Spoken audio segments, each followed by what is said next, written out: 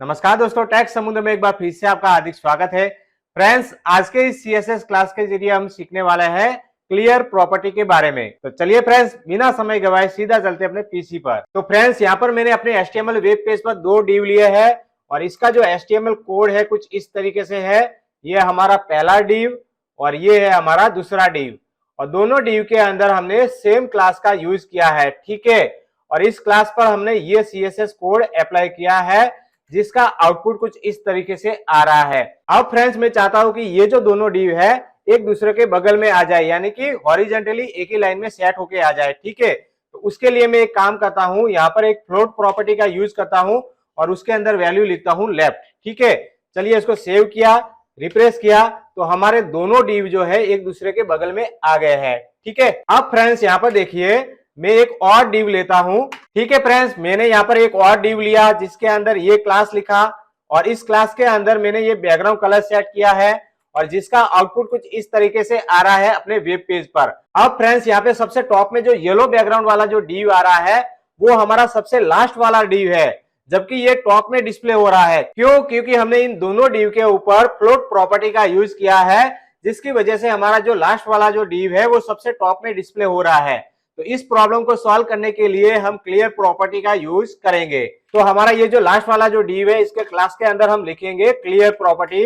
जिस डिव के अंदर हमने फ्लोट प्रॉपर्टी यूज नहीं किया है उस डिव के अंदर हमें क्लियर प्रॉपर्टी लिखनी है।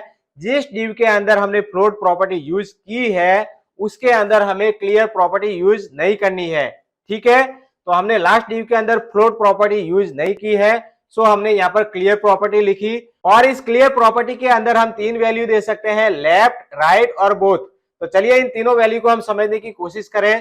तो फ्रेंड्स, सबसे पहले मैं यहाँ पर बोथ वैल्यू लिखता हूं। बोथ वैल्यू क्या करेगा, ये लेफ्ट साइड और राइट साइड दोनों साइड से क्लियर करेगा, ठीक है। तो चलिए इसे सेव करते हैं और पेज को रिफ्रेश करते हैं। तो देखिए फ्रेंड्स, अब हमारा ये जो लास्ट वाला जो डिव है वो अपनी एक्चुअल पोजीशन पर डिस्प्ले होने लग गया है।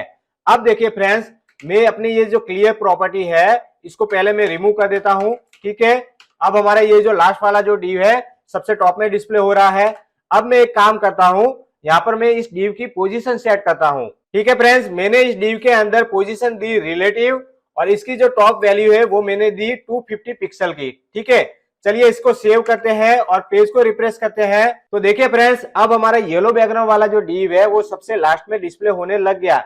लेकिन यदि हम इस फर्स्ट वाले डिव के अंदर कुछ कंटेंट को इंक्रीज करेंगे तो आउटपुट में क्या चेंजेस होता है वो हम देखते हैं। तो यहाँ पर मैं कंटेंट को इंक्रीज करता हूँ, ठीक है। यहाँ पर मैंने फर्स्ट डिव के अंदर कंटेंट को इंक्रीज किया।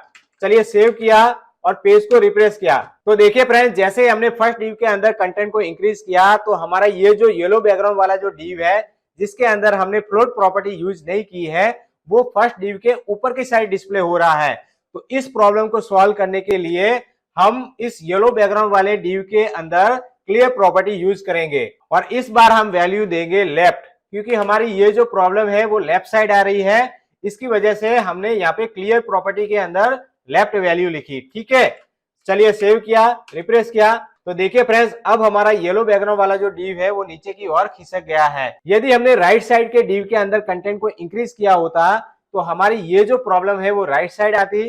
तो इस केस में हम क्लियर प्रॉपर्टी के अंदर राइट वैल्यू लिखते, ठीक है। समझ में आ गया? कोई भी क्वेरी हो, कुछ भी समझ में ना आया हो तो वीडियो के कमेंट बॉक्स में कमेंट करके जरूर बताइएगा। चलिए इसी के साथ इस वीडियो को यहीं पे समाप्त करते हैं।